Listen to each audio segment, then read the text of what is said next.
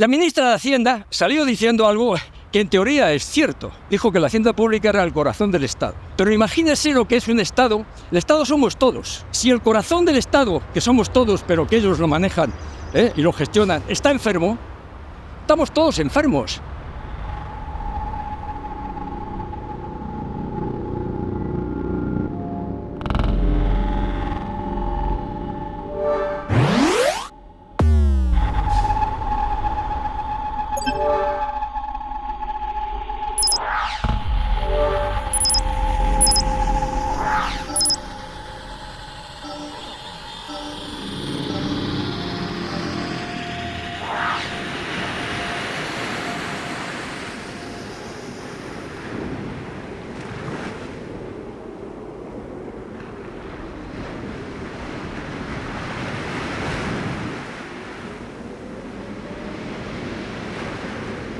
El Gobierno ha puesto en marcha una ley antifraude fiscal que, junto a las nuevas herramientas legales recogidas en el Código Penal, es con toda probabilidad la reforma legal contra el fraude más ambiciosa de nuestra democracia.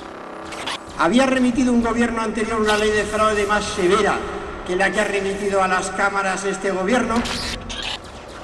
Con esa ley de fraude en una mano, lo que hacemos es extirpar a esa economía sumergida, porque necesitamos recaudar más para financiar los servicios públicos de los españoles. Necesitamos recaudar más para corregir el déficit público tan elevado como tienen nuestras administraciones. Con estas nuevas directrices se espera elevar la recaudación a la cantidad de 8.171.731 millones de euros.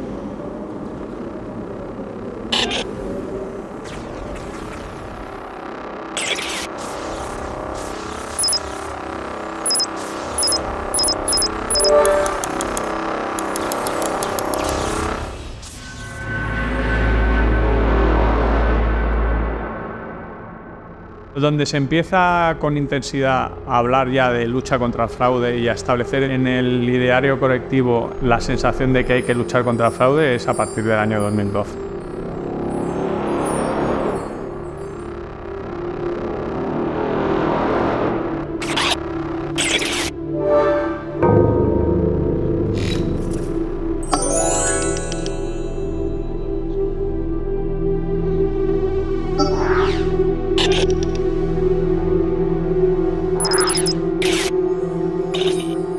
Se parte de una situación económica nefasta, todo viene de la crisis del año 2008, del boom inmobiliario, y las medidas que adopta el gobierno anterior son desastrosas y eso genera un recorte presupuestario que necesitaban 2.500 millones de euros. Una de las medidas estrella fue la ley antifraude, la ley 7/2012, que inició esa senda de crear leyes fiscales todas denominadas como ley antifraude, prevención del fraude, intensificación de lucha contra el fraude. Y a partir de ahí se ha instaurado el sistema de que cualquier modificación de la normativa tributaria sustancial tiene que llevar el nombre de fraude. Vende mucho a nivel de imagen del gobierno, de hacer creer a la población que todo lo que se genera, la recaudación, proviene de luchar contra el fraude.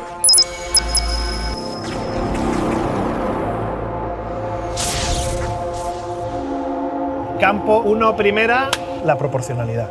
Ahora mismo Hacienda está actuando acorde a ese concepto, a ser proporcional en cuanto a lo que demanda el ciudadano. No. Un caso flagrante de desproporción absoluta de las normas tributarias y de las sanciones impuestas es el modelo 720, la obligación de declarar los bienes y derechos en el extranjero. Desde el año 12 que gobierna el Partido Popular y un servidor es el responsable político de esta lucha contra el fraude. La recaudación de la lucha contra el fraude ha sumado 80.124 millones de euros. Entre 50.000 y 80.000 hay una diferencia realmente muy notable. ¿Y sabe cuál es la diferencia? Las leyes que se han aprobado, la obligación de declaración de bienes en el exterior, la 720. Eso es luchar contra el fraude. En Italia, lo que aquí llamamos 720 es la página, no sé si 7 o 13 de la declaración de renta, que es una paginita donde tú declaras los bienes que tienes en el extranjero. ¿Qué supone no declarar eso? Pues una sanción de 100 euros o 200. bueno, no, has dejado de declarar algo. Realmente es una simple declaración informativa de bienes en el extranjero como existe en otros países. El problema era las consecuencias de no presentarlo. Y luego el principal motivo de su crítica era que todo aquel dinero que estuviera en el extranjero que procediera de rentas que ya se encontraban prescritas, es decir, que se hubieran obtenido hace muchísimo tiempo, por arte de la aparición de esta normativa, dejaban de estar prescritas. Entonces, eso atenta contra la seguridad jurídica. Cualquier persona que haya por la calle, cualquier contribuyente, sea grande, pequeño, defraudador o no, no presentara el modelo, tenía unas sanciones devastadoras. Existe un caso en que una señora que declaró fuera de plazo que tenía 120.000 euros en 2 cuentas en Luxemburgo, 120.000 euros. Hacienda averiguó que tenía 3 cuentas más en el extranjero. Una que tenía 0 euros, no operaba con ella, otra 0 euros y otra 2,93 euros. Y entonces Hacienda dice, bueno, con nuestras normas, cada dato que usted me ha ocultado, cada cuenta tiene 5 datos, la fecha de apertura, el nombre del banco, el saldo. Entonces usted nos ha ocultado de esas 3 cuentas 5 datos, con lo cual le impongo la multa prevista al efecto. 3 cuentas por 5 datos, 15 datos que usted me ha ocultado. A 5.000 euros el dato, esa es la multa prevista, 75.000 euros. O sea, Hacienda le intenta cobrar 75.000 euros por ocultar 2,93 euros en 3 cuentas, que no las ocultó, simplemente pensó que ni existían. Llevé un caso a una señora que tenía una cuenta en el extranjero, que su parte eran unos 300.000 euros, le llegó una sanción formal de 3.225.000 euros simplemente por no declarar los datos que había en esa cuenta. 3.225.000 euros. Casi 9 veces el valor de lo que tenía esa cuenta, pero simplemente por la sanción formal de no presentar el modelo. Cuando llegó esa sanción, vino a mi despacho. La única pregunta que me hizo es, oye, ¿y no se puede sustituir pagar esto por ir a la cárcel una temporada? Cuando dejabas de pagar una multa en el medievo, te ibas a la cárcel, ¿no? Y se ha ido evolucionando para crear un Estado de Derecho. Pues eso es el ejemplo de que es todo lo contrario del Estado de Derecho. Sustituir, pagar una cantidad que no se puede pagar ni en 7 vidas, puedo sustituirlo por ir a prisión.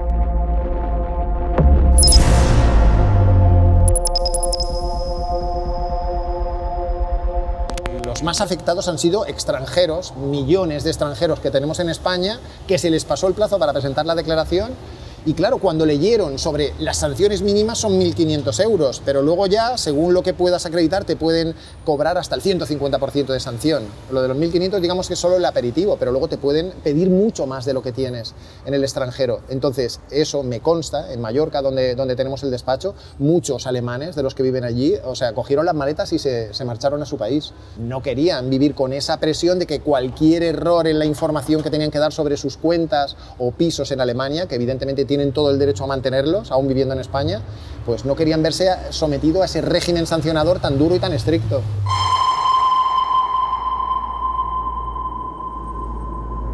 Esto es una consecuencia de la amnistía fiscal.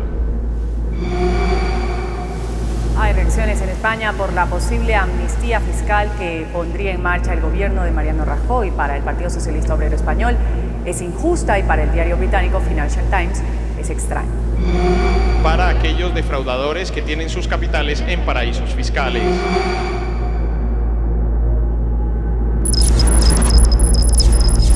La normativa se crea en marzo de 2012 para la amnistía fiscal, con el objetivo de que en noviembre se recauden esos 2.500 millones. Como va pasando el tiempo y no se consigue que nadie se crea ni se atreva a ingresar lo que dice el ministro tenía muy poca credibilidad, se crea la política del palo y la zanahoria. Palo y zanahoria para la regularización de esa economía sumergida, señoría. Eso es lo que ofrece el gobierno. La zanahoria es la amnistía fiscal, todos los que van a la amnistía van a pagar muy poco, aproximadamente se acabó pagando un 3% del capital que no estaba declarado, y el que no vaya a la amnistía va a sufrir el palo, y el palo era el modelo 720. Ahí hay una tercera circunstancia concomitante muy curiosa que lo perturba todo, y es que el modelo 720 es coetáneo a una voluntad política de Estados Unidos de eliminar los paraísos fiscales. Todo esto viene de las Torres Gemelas. Una de las obsesiones de Obama fue acabar con la financiación del terrorismo. crea lo que se llama Common Reporting Standard, que es una directiva a nivel internacional que hace que todos los antiguos paraísos fiscales y que eran territorios opacos totalmente, empiezan a dar información de las personas no residentes. Curiosamente, el Ministerio desde entonces ha vendido que el modelo 720 les está dando información del extranjero, pero eso no es cierto. La información se está dando porque Obama impuso una directiva a nivel global que hace que todo el mundo se dé información. Entonces, el espejo ministerial se mira a sí mismo a través del modelo 720, pero la realidad es que detrás está Obama. Yo lo he vivido porque los bancos en el extranjero venían a vernos a los despachos de abogados y estaban asustados por el Common Reporting Standard. Porque si no, la gente que hubiera hecho no hubiera declarado el modelo 720 y el dinero se hubiera quedado fuera. Cuando te llamaba tu banco en Bahamas o en Panamá o en Luxemburgo o en Suiza diciéndote, oye, voy a dar información tuya. Si no quieres que dé información, dime dónde te hago llegar a un cheque que dejas de ser cliente de este banco. Eso fue lo que hizo que la gente regularizara. Y el pequeño afectado, desgraciadamente, no es un defraudador, es gente inmigrante que viene a España o gente que tiene algo fuera y se olvida de presentar una declaración. Entonces ahora estamos intentando utilizar vías procesales para conseguir que esa gente recupere esas cantidades.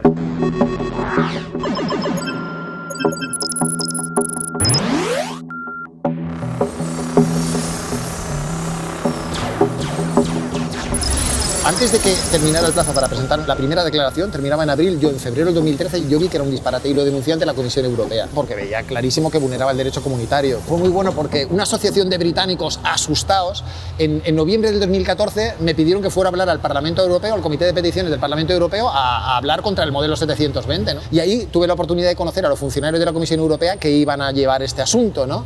Y me dijeron, ya Alejandro, pero ¿sabes lo que ha pasado? Es que tú has denunciado antes de que Hacienda empiece a aplicar las sanciones esas de las que hablas. Y yo dije, es que yo lo que no quiero es que empiecen a aplicar las sanciones. Le digo, España tiene un arma, yo lo que no quiero es que empiecen a pegar tiros. Los funcionarios me dijeron, ya, pero es que Hacienda nos ha dicho que van a ir caso por caso, de una manera muy prudente y tal. Por favor, Alejandro, si tú tienes constancia de que empiezan a aplicar esas sanciones, avísanos, vaya. Poco después, a mediados del 2015, es cuando se ponen a pegar tiros. Sistemáticamente sancionaban a todo el que declaraba fuera de plazo e iniciaron varios miles, unas 7.000 inspecciones, que terminaron muy mal para mucha gente. Entonces yo fui pasándole esas pruebas, esas tropelías, esas pruebas, las pasé a la Comisión Europea y dio resultado porque en noviembre del 2015 la Comisión Europea le dijo a España de alguna manera, oye, baja el arma, vamos a hablar porque creo que tu arma, tu modelo 720, vulnera el derecho comunitario. Ese dictamen decía, resumiéndolo mucho, que el modelo 720 iba contra todas las libertades europeas, no una, la libre circulación de capitales o libre circulación de trabajadores, no, contra todas. Decía que era totalmente desproporcionado, igualaba a una persona que no presentara un modelo informativo con un terrorista, con un genocida o con alguien que había cometido un delito de lesa humanidad. La Comisión Europea ha seguido dando caña a España, le ha seguido recordando que están vulnerando el derecho comunitario y me consta que en breve, en cuestión de semanas o de un par de meses, la Comisión Europea le dirá a España, mira, lo siento, ya me he cansado de esperar, no quieres modificar voluntariamente tu normativa, con lo cual nos vemos en el Tribunal de Luxemburgo, te voy a meter una demanda ante el Tribunal de Luxemburgo. Eso es lo que va a ocurrir. Pronto, en cuestión de meses o semanas, estará ante el Tribunal y no me cabe ninguna duda de que el Tribunal Europeo condenará a España. Condenará a España.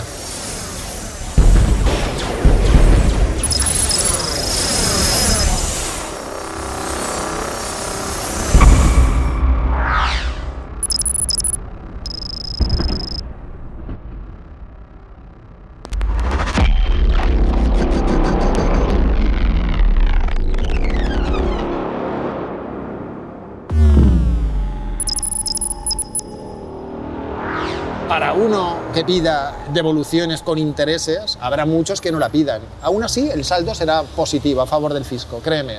Es verdad que muchos pedirán devoluciones y España tendrá que pagar intereses, nada menos que al 3,75% anual, y que incluso España tendrá que pagar costas. Pero yo te digo, para uno que reclame y pelee hasta el final, habrá 8, 10, 15 o 20 que no lo hagan. Seguirán ganando. O sea, han estado vulnerando el derecho comunitario de forma flagrante, llevan 6 años, el Tribunal Europeo tardará 2 años más, llevarán 8 años recaudando con base a esta normativa, o sea, al final habrán ganado. habrán ganado aterrorizando a los contribuyentes, o sea, con esa normativa claramente inconstitucional y contraria al derecho comunitario. El sistema no funciona. Yo creo que en general existe voracidad recaudatoria. Yo no creo que piensen tanto en el estado de bienestar como en la política de corto plazo. Conseguir que salga en periódicos que se ha recaudado algo a base de machacar al defraudador. Porque eso convierte al que cree que no es defraudador, mentalmente lo convierte en buena persona. Entonces yo creo que la imagen que quieren dar, estamos yendo contra los malos y te estamos beneficiando a ti, que eres el bueno de la película. 9 de septiembre de 2012. La situación de crisis que vive el país y las normas implantadas por el gobierno de Mariano Rajoy van dando sus frutos. Ceuta, en tu opinión, es una especie de laboratorio de prueba. Del laboratorio, sí. Sí, ha habido mucho enfrentamiento, hemos vivido muchísimo. Y arrasan, por decirlo de alguna forma, es como si tú mandas un ejército contra una aldea de forma sorpresiva. Es el poder del Estado que puede destrozar familias.